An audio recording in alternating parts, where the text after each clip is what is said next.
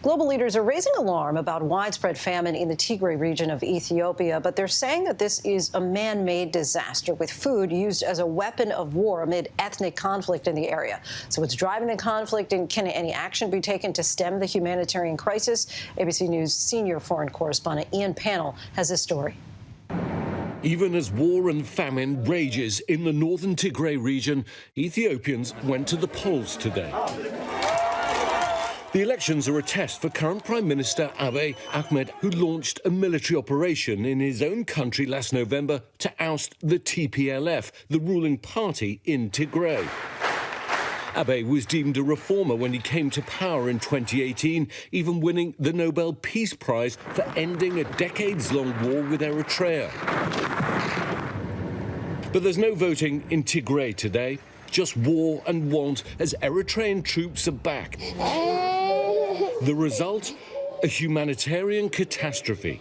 Ethiopia's military offensive and the TPLF have incited relentless ethnic killings in Tigray. For months, thousands have been killed. More than 2 million have fled. Those still in the region are left living with the burden of the horrors they've seen, the mass graves. The dead even denied the dignity of a proper burial. They were destroyed. There was nothing there.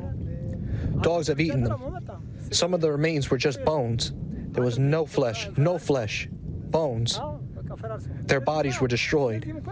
Just last month, a worker from USAID was killed in Tigray, the 9th casualty of an aid worker since the conflict began. And hundreds of rape victims pour into this hospital in Mekelle, Tigray's capital.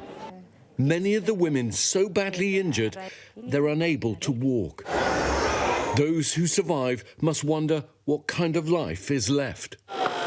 They've been hunted by bullets and machetes, but now it's starvation that preys on them. Food in Tigray is being used as a weapon of war. Farmers say occupying soldiers have killed livestock, burned crops, and ordered them to stop tilling the land. It's a man-made conflict that bears down hardest on the children. 14-year-old Aidan Muez used to be as strong as a lion, his uncle says. But when they spent months hiding in a cave to escape death, the teenage boy's health quickly deteriorated. He now struggles to breathe and weighs just 32 pounds. We were only eating roasted barley. 6 people died, and we had to bury them during the evening, as it was not possible to do it during the day. Abiy's government contests there's no famine. Even today, the Prime Minister denied there's hunger in his country. There is no hunger in Tigray. There is a problem in Tigray, and the government is capable of fixing that. But the reality on the ground tells a very different story.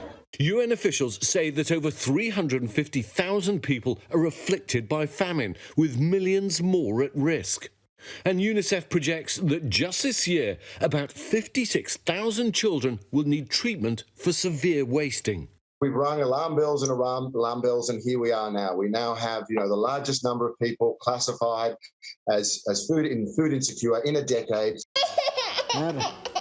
In this part of Ethiopia, every day is a fight for life. Tigsti is just 20 days old, her legs emaciated, and her gaze lifeless. Weak from childbirth and hunger, her mother walked for 12 days to this clinic to get medical care. She survived because I held her close to my womb, and because I hid in various places during the exhausting journey. The conflict in Tigray seems without end. We know what is happening in Tigray, and with that knowledge comes a duty to do all we can to end it. The US has sanctioned government officials for human rights violations. But the election's unlikely to bring change. Abiy, who's led his country into a bloody civil war, seems destined to win. And the people who need their voices heard the most seem destined to have their prayers unanswered. Ian Pannell for ABC News. Our thanks to Ian for bringing us that. Hi, everyone. George Stephanopoulos here. Thanks for checking out the ABC News YouTube channel. If you'd like to get more videos, show highlights, and watch live event coverage, click on the right over here to subscribe to our channel. And don't forget to download the ABC News app for breaking news alerts. Thanks for watching.